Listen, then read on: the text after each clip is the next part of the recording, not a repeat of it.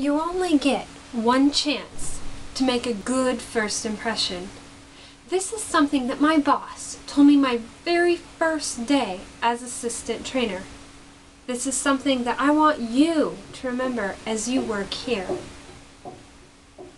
I know this is a required training, but I want to make it at least a little fun. My name is Marta Anderson. I am the owner of Lucky Horse Supply. Today we are discussing the art of tack cleaning. I'm going to try to make it a little fun and at least interesting. There are 3 steps to cleaning tack in order to do it properly and thoroughly. Number 1, evaluate and clean. Number 2, repair and condition. And number 3, dress up your leather, give it some shine. First of all, we want to evaluate and clean our leather.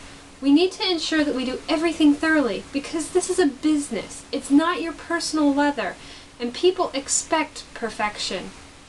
To start off, check over the saddle, brush off any extra dirt, and check for any broken parts so you know what you're going to have to work with later.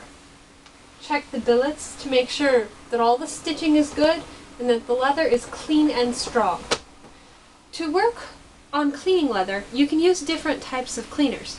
A more mild cleaner has a very similar resemblance to soap. It'll be sudsy. But if your leather is really dirty and oily, you can use dish soap to help cut some of the greasy, dirty oil.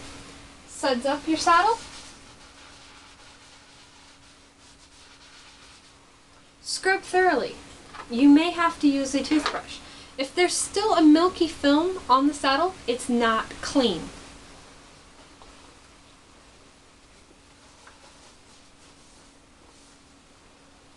Remove the cleaner and set the saddle aside to dry. If there's a powdery substance, you could be dealing with mildew. According to Leslie Potter, in her article Tack Cleaning Tips, published April 2008, she said, moldy leather has a white or greenish powdery substance on it. If left for a long time, or in especially damp conditions, the mold can take root and cause serious damage. To combat this, you can use a mixture of rubbing alcohol and water. You rub this on and then let it completely dry before you move on to your next step. Our next step is to condition leather. First thing to remember is your leather has to be dry and clean. Leather has pores. If you condition it without it being clean or dry, you actually pull in the dirt and moisture, which will then break down the fibers of the leather. This is also the step where you repair. If you have a piece that needs replacement, replace it now, because different conditioners can alter the color of leather, and you can use this to help the new piece match with the old. Take, for example, oil will significantly darken leather.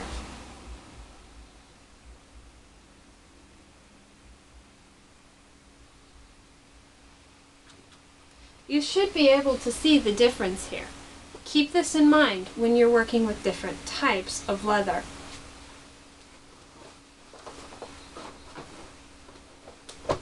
Here is a properly cleaned and conditioned side of the saddle. Look at this pair of boots. See the difference you can make?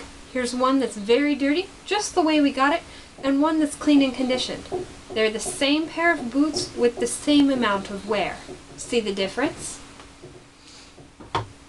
Once you're sure that your leather is clean, dry, and properly conditioned, you can add a little bit of bling to it.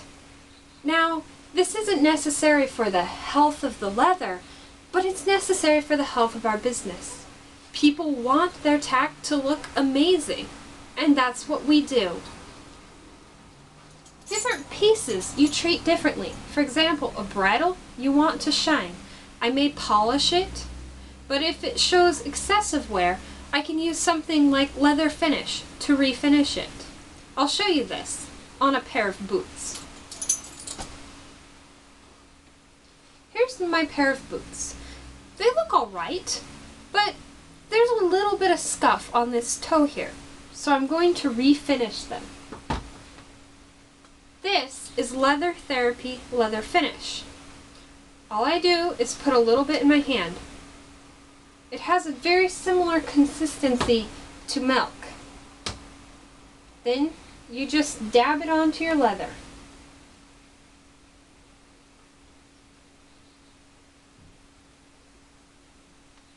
Allow it to sit and cure for a while. It takes some time for it to dry, but once this is dry, the milky look will go away and it will become shiny once again. For saddles, you really don't want to polish them, and here's why. Polish, you work into the leather and then buff it back off. If you buff incorrectly, a little residue may be left over. This will stain breeches and it gives the saddle a slick feel, so there's no grip. In the case of a saddle, just buffing off the excess conditioner should be adequate. It will have a little bit of natural shine on its own.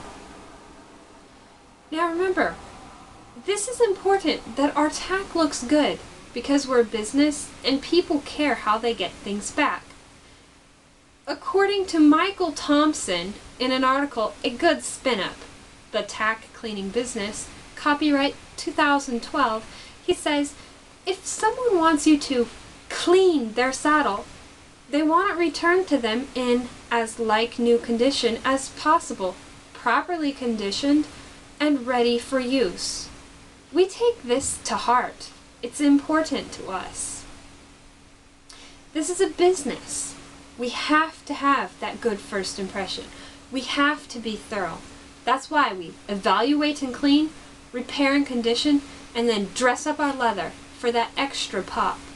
We take pride in our ability to bring leather back to life. This is something you should take pride in and hold on to. Thank you.